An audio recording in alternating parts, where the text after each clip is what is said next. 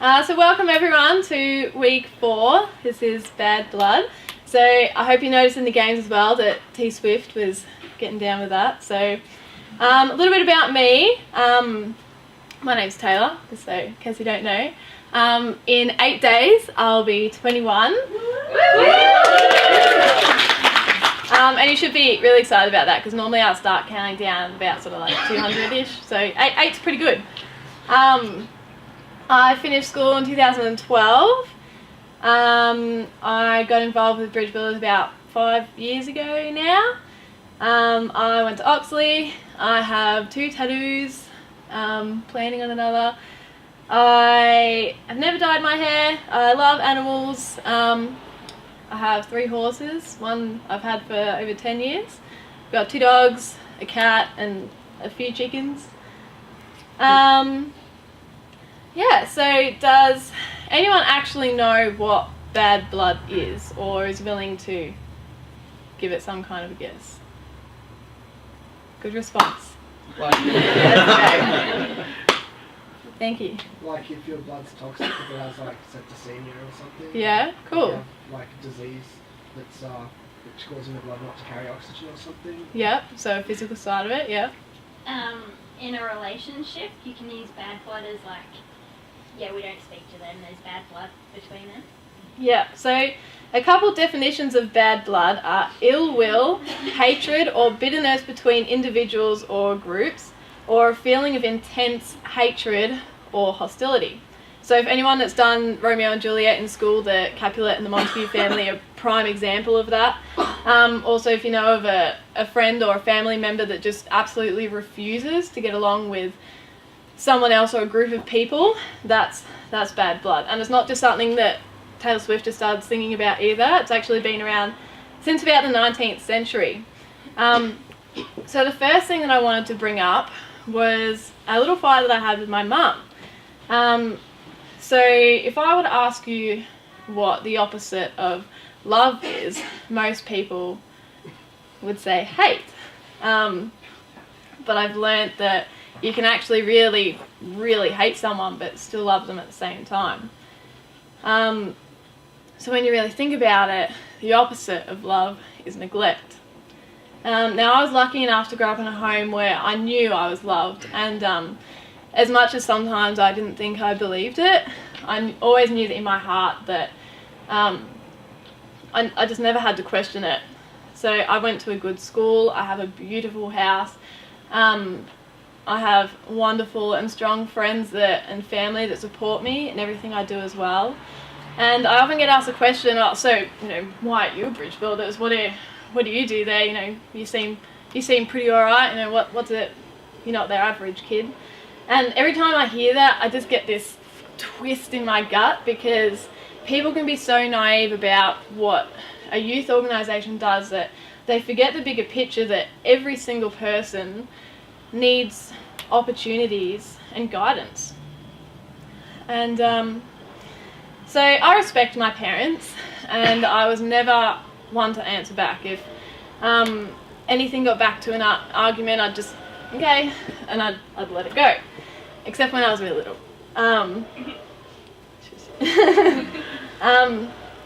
So it's one fight. Now remember that when we have big fights, they're generally not about the big thing. They're always about the little things that just keep bubbling up until you've left the lid on the pot for way too long, and there hasn't been any steam escape, and all of a sudden it explodes and your kitchen's a mess and everything's half burnt. So I'm not a confrontational person either. I'm okay about having hard conversations, but I always really try my best to listen, then think, then speak. So this fight that I had with Mum was about getting her the wrong knife to cut up some strawberry roots because we were trying to replant them. So my mum has this really awesome habit of expecting you to read her mind with these blank answered questions. So if I was to ask Jordan's going to pretend to be Mum. So am I picking you up from your house or Dan's house? Yep. Yeah. So that's pretty much what it is. We didn't even practice that. So I went back inside and I was trying to be calm, and I was just going to try and tell her, no, look, Mum, this is how I feel. But she kept cutting me off and she kept interfering. I said, okay, fine. She goes, no, come on, what are you going to say? And I lost it. I was screaming in her face, pretty much telling her that she was the issue to everything. And that was the first time that I've actually seen my mum scared.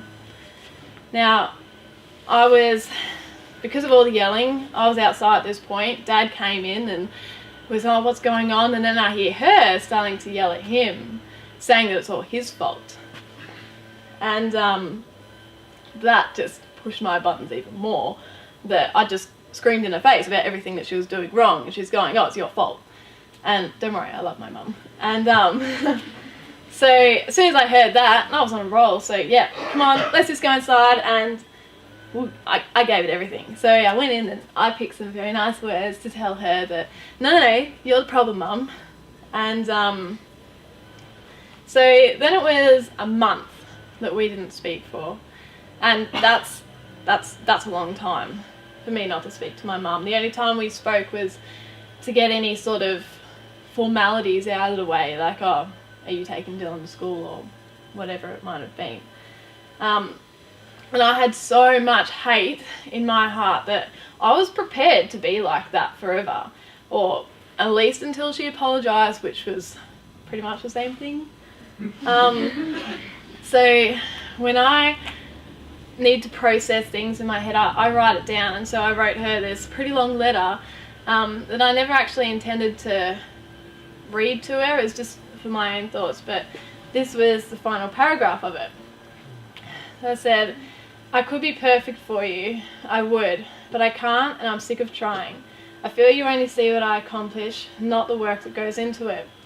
I could get an A+ on a report card, but you would never know that I studied profusely to get that mark unless I told you. I will do what I feel is right in my adult set mind, because that is what I'm supposed to do. I will work hard for what I have to do, because it is what I believe, and I will stand up for my opinion, because it's just as important as everyone else's. You gave me life and everything I needed to live it, and so much more, and I can never thank you enough for that. But I'm asking you, and I'm begging you to please feel where I'm coming from, because I try so hard to get your point of view, but lately I just don't understand it all. Now, during the end of this time, we're on a family holiday in Darwin, minus Jordan, sorry, she was house sitting for us. And I was sitting on the couch. The ways it kind of went was, if the door's here, there's one couch there and another couch there. And, so I was sitting on the single couch, and she came in and sat on the big couch and asked me to come and sit next to her. And I thought, no, I'm good, thanks. And but I did eventually. And so when I sat down next to her and she asked me if, is tomorrow a new day? Yeah. So, can we be friends again tomorrow? And I got out of my tough man bravado pretty quickly. And, but for me to really get rid of all the bad blood that I had in my heart, I had to forgive her. And I had to put aside so much of my anger towards her, because deep down I knew that I didn't want to be like this, and it wasn't me. And she'd made a mistake and she knew it, and so had I. I had to also remember that I was really rude, and no one deserves to be spoken to like that, especially my own mum. And it wasn't easy. You know, I'd spent a month trying to figure out new ways and different things to annoy her and push her buttons and be rude, that yeah, and then she expected me to forget it just in a day. But we did it together because we realised that we wanted to make this work, and the only way that we could do that is if we moved past it and if we forgave each other. So a couple of years later, I met this guy, and he was great. He he had his own home and he ran his own business. He had nice cars. He was really, really fun to be with. He was really hardworking, and he loved to find new ways of thinking to challenge himself. And he also challenged my thinking in a lot of things too, to better myself and to better my opinions.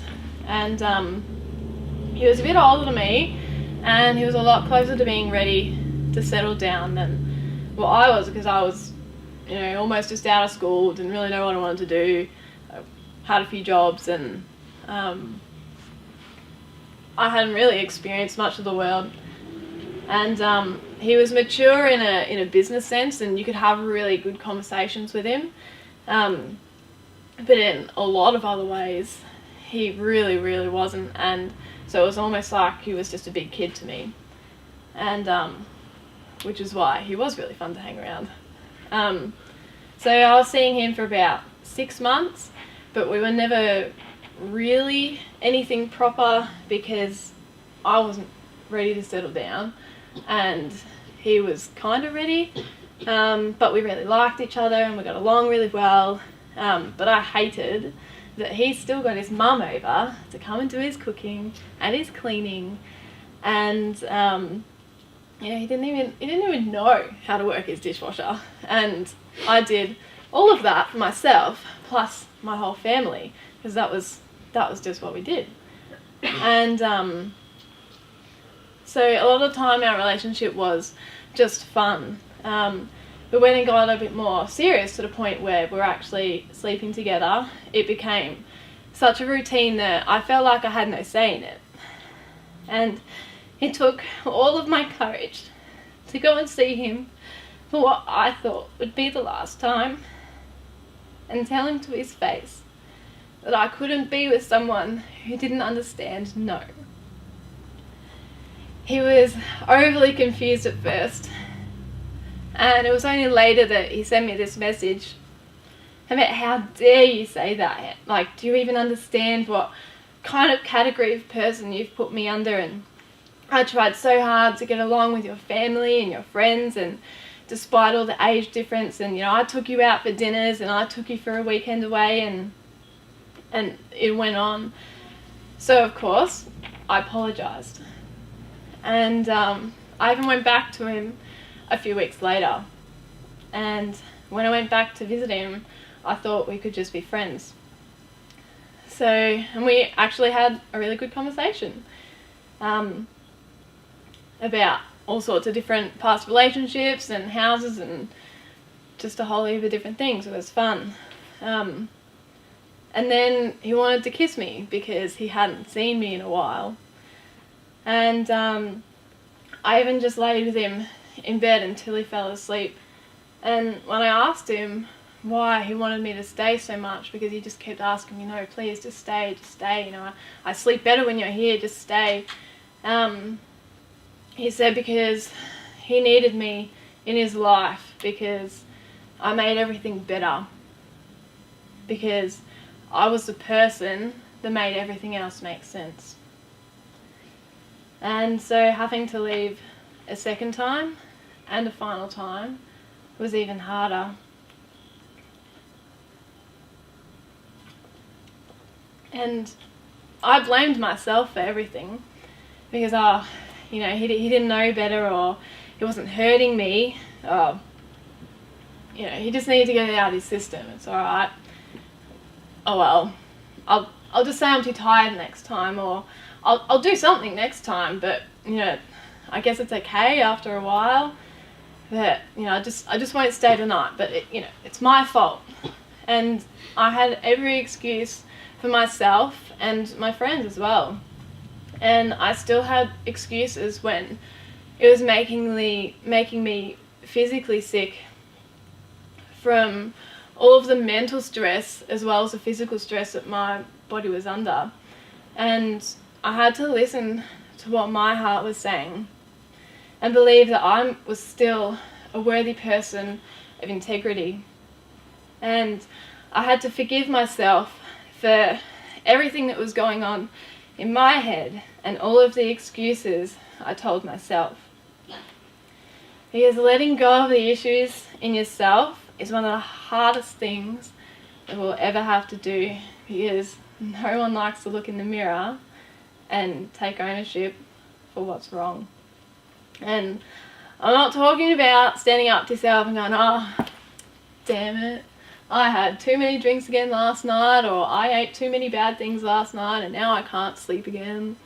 Gosh, it's not about that at all. It's about actually looking at yourself in the mirror and going, oh, okay, I've eaten too many lollies again because I'm trying to cover this up. And physical things like eating too many lollies or going out and drinking on the weekends is most commonly because we're trying to cover up something emotional that we're dealing with. And when I was sick for a good solid year, just on and off with continuous colds and recurring tonsillitis and constant fatigue, and I had a minimal effort scale to everything. I had a bad sleeping pattern and I just felt like absolute crap all the time. And I had to really stop and think as to whether I was putting good blood in my body like Phil was talking about last week. So I just want you to take a moment just to process that and just to think about that. And are people understanding what I'm saying at the moment? Cool. So, who's heard of heartburn then? Cool, excellent. So, have you guys heard of antacid before then? Yep, alright. So, antacid is something that helps relieve heartburn. So you know those ads on TV where like the cream firefighter man comes down and, you know, makes everything better so that the people can enjoy life and be happy and merry again? So that ad's a particular one for heartburn and Gaviscon. So Gaviscon is just one of the many heartburn medications or antacids that help put a protective layer back into your insides and hopefully help get rid of that.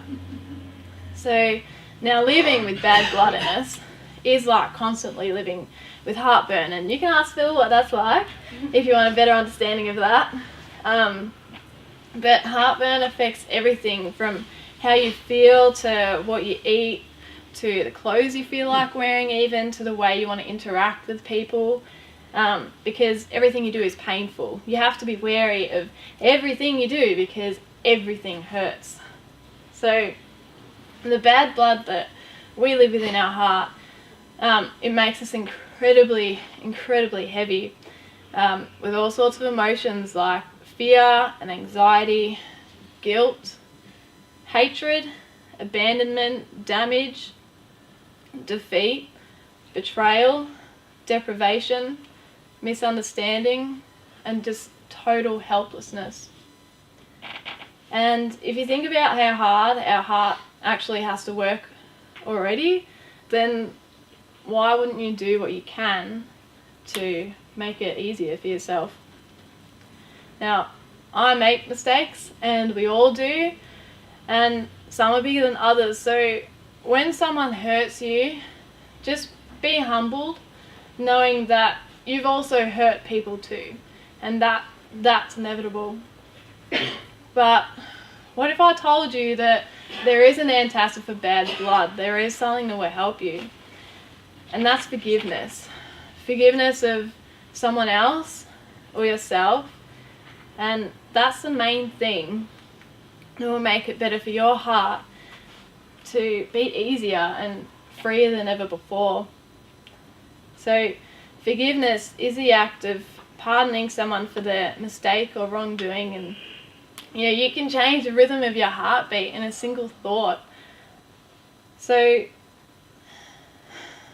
why wouldn't you want to make it easier for yourself? If I had the choice to be free again, I'd choose it. Now I know that some of you would say that, oh, I've tried that, or last time I let them back in, they just hurt me again. And so I really want to challenge you to think really deeply and clearly about what they've done, because how are you supposed to come to terms with something that's happened to you if you can't even talk about it, if you can't categorize it and put it into words or even paper, you know, whatever works for you, but just to process it. And, you know, it's really important to do that, because when you think about it, processing is what gets us to that next level. And when you forgive someone, it doesn't mean that you're going to be best buddies again. And, you know, that's okay. But it does mean that the bitterness stops and the hatred just stops. You need to think about, if you're nursing someone else's baby that is just bad, it's not even your baby, it's dying anyway, why are you holding on to it? It needs to go. You need to let go of that, because if your arms are stuck like this, then you can't welcome anyone else in, nor can anyone come and hug you either. And so I really, really encourage you guys this week to tell someone that you forgive them, or to tell yourself that you forgive you, because I'm done living with bad blood in my heart, and I want my heart to be healthy again. Thank you.